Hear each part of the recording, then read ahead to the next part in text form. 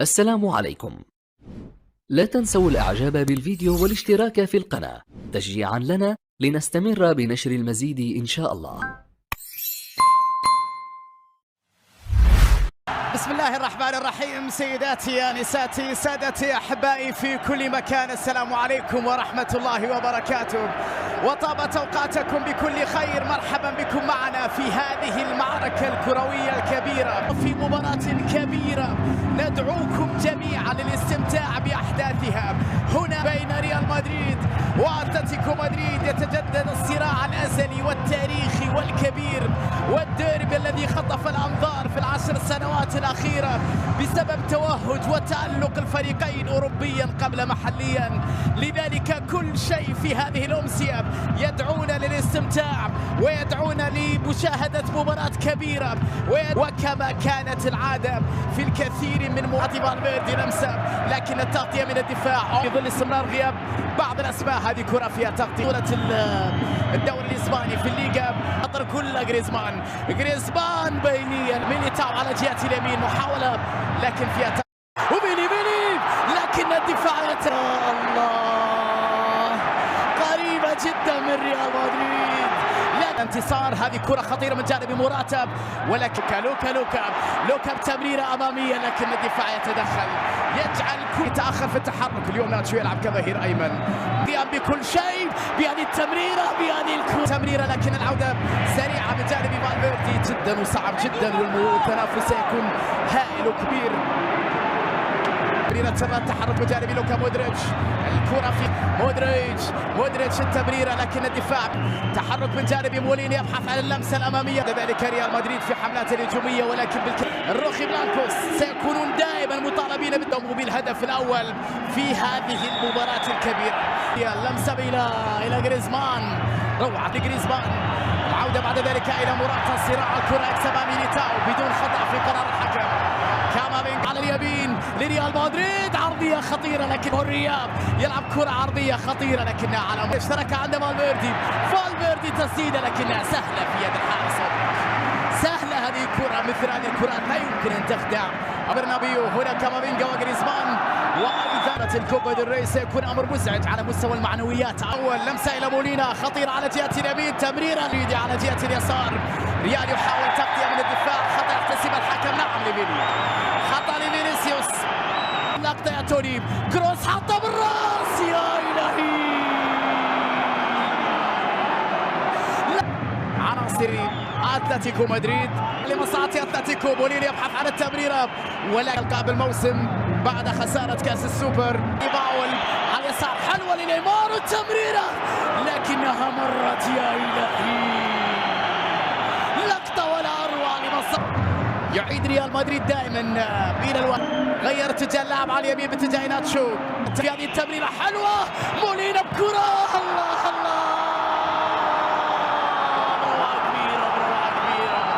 بروعة كبيرة يا روخي بلانكوس. أي تمريرات، أي لعبة جميلة، هدف ولا أروع. 1-0 لأتلتيكو في الديربي. اللمسة مع توني كروس، فالفيردي، كامافينجا، جريزمان تغطية وتدخل خطأ لمصلحة كامافينجا.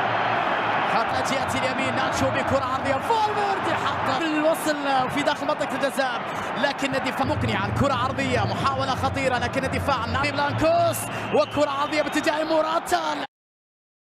مصدر الأمان دائما لريال مدريد. دقيقتين على نهاية الشوط الأول. لوكا فينيسيوس، عودة سريعة، سيبايوس، أول لمسة، أول كرة، أول خطأ يكسب ريال مدريد، ثم أول إنذار في الديربي. فينيسيوس كان لوحده بين ثلاثة من لاعبيه. دي باول مرة لأتلتيكو بلمسة في المساحة إلى جريزمان، صراع عليه، لاعبين عليه ويمنعون من المرور.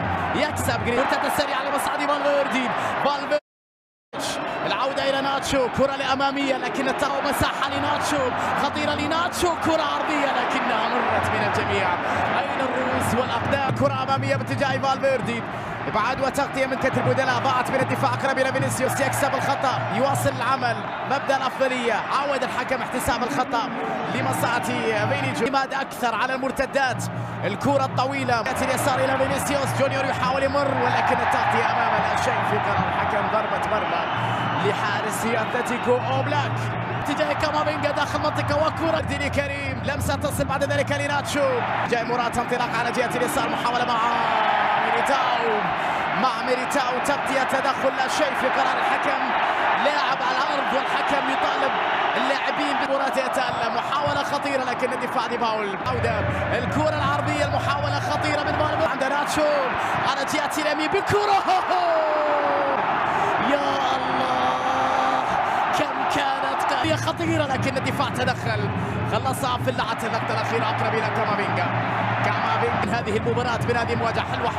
حلوة التسديدة بعد ذلك بعيدة، حلوة اللقطة بين لوكا مودريتش وفالفيردي، ولكن النهاية المباراة الثانية ميليتاو بهجمة عن طريق والتسديدة وفرصة وكرة، يا إلهي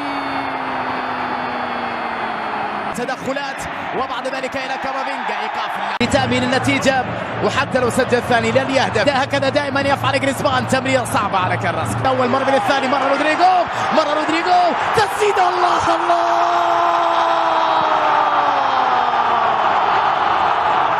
يا صغير يا كبير يا صغير، لكن التغطية من الدفاع ليلة كبيرة جدا، هدف غير عادي. رودريغو يحاول اختراق الدفاع، تسديدة لكن كرة خطيرة لجريزمان وكرة، يا إلهي والله ما كان فيها تسلل ريال مدريد. الكرة تصل مرة أخرى لميليتاو يبحث عن التسديدة، بالفعل تسديدة قوية لكن أوساسونا، كرة حلوة من جانب فينيسيوس، تغطية مع جريزمان، حلوة لديباي، منفس مر بتسديدة لك ريال مدريد، جريزمان تغطية وتدخل، تسديدة قوية، تدخل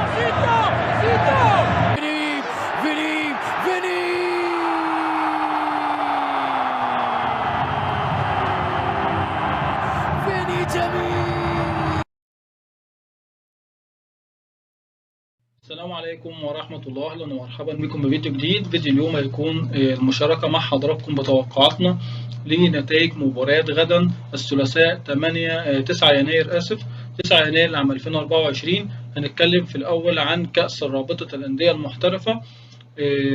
مباراة زد وطلائع الجيش، أتوقع فوز فريق زد على طلائع الجيش بنتيجة 2-0. المصري والمقاولون العرب، المصري البورسعيدي والمقاولون العرب. يعني أنا شايف إن فريق المصري البورسعيدي يقدر يفوز بهذه المباراة. كأس إيطاليا، فيورنتينا وبولونيا، طبعا نتوقع فوز فريق فيورنتينا. في مباراة ودية للمنتخبات، هنشارك طبعا مع حضراتكم توقعاتنا في هذه المباريات. اليابان والأردن، أتوقع فوز منتخب اليابان. بوروندي والجزائر، طبعا نتوقع فوز منتخب الجزائر. هذه المباراة تكون في تمام الساعة 6 عصرا يا شباب.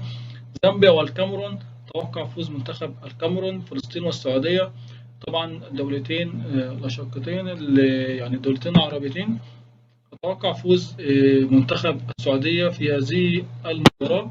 ثواني يا شباب، أتوقع فوز منتخب السعودية. دوري القسم الثاني في الدوري المصري للقسم الثاني، طنطا والقناة، فوز فريق طنطا. بروكسي وغزل المحلة، فوز فريق غزل المحلة. سكة الحديد ومكادي، فوز فريق مكادي. أبو كير للأسمدة، أتوقع أن هي تفوز بهذه المباراة. في مباراة طبعا في الدوري التركي زي ما قلت لحضراتكم في الفيديو السابق، ولكن هذه المباراة مش مهمة للمشاهدين، فبالتالي دي المباريات اللي كانت مهمة، أو دي المباريات طبعا اللي كانت أفضل في هذا اليوم، لأن طبعا الدوري المصري القسم الثاني فيه متابعين كتيرة جدا وفيه أندية كتير جماهيرية، فعشان كده لازم كنا نتكلم عن الدوري المصري القسم الثاني. مشاهدينا الكرام، تقدروا تشاركوا معنا بتوقعاتكم لنتائج هذه المباريات بالتعليق اسفل الفيديو. بشكركم جدا على المشاهدة، لا تنسوا دعمنا بلايك للفيديو واشتراك بالقناة، والسلام عليكم ورحمة الله.